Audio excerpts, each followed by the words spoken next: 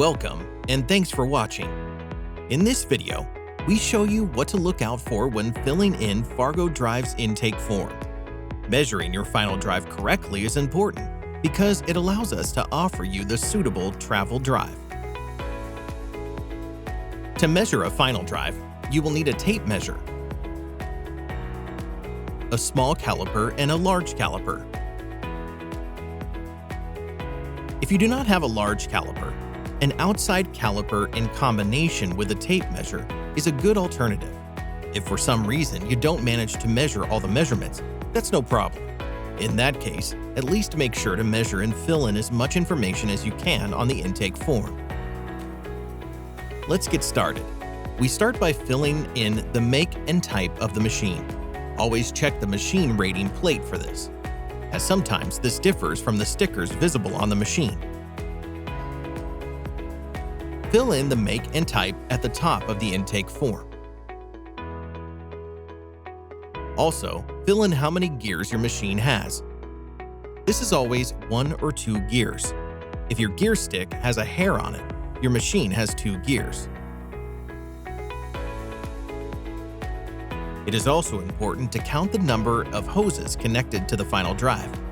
In some cases, in addition to the standard hoses, there are some other connections such as external brake or a conduit to a tensioner. This is important information for us to make sure we offer the right final drive. Now we can start measuring the final drive. To do this, take the motor out of the machine. The final drive comes in different sizes.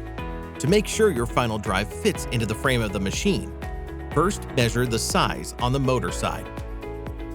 Enter it under C on the intake form.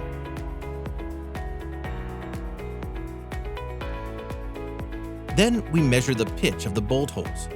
Always measure from the beginning of the hole to the beginning of the hole on the other side. Enter this measurement under B. Next, count the number of bolt holes. Hold your fingers at the first one while counting.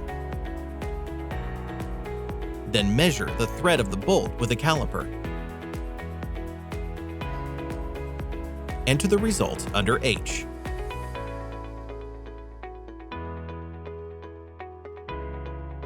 Now measure the height of the hydraulic motor. To do this, place a ruler on top of the motor and measure from the contact surface to the ruler with a tape measure.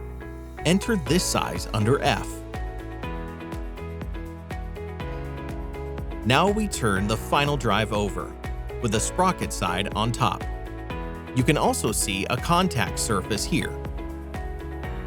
We measure it in exactly the same way as the motor side. Enter the sprocket side under D.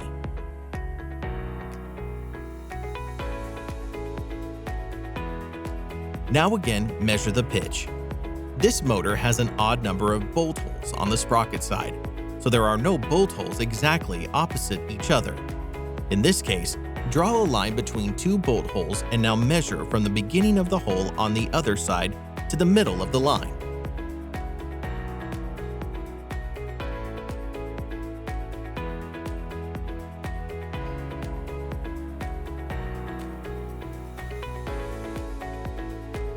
Enter the result under E.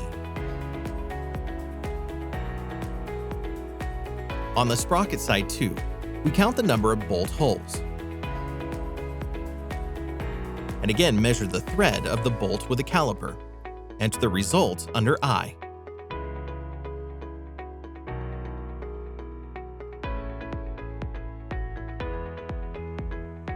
Finally, measure the so-called offset. This measure ensures that the sprocket runs in the middle of the rubber track or chain. Fill in this measurement under A.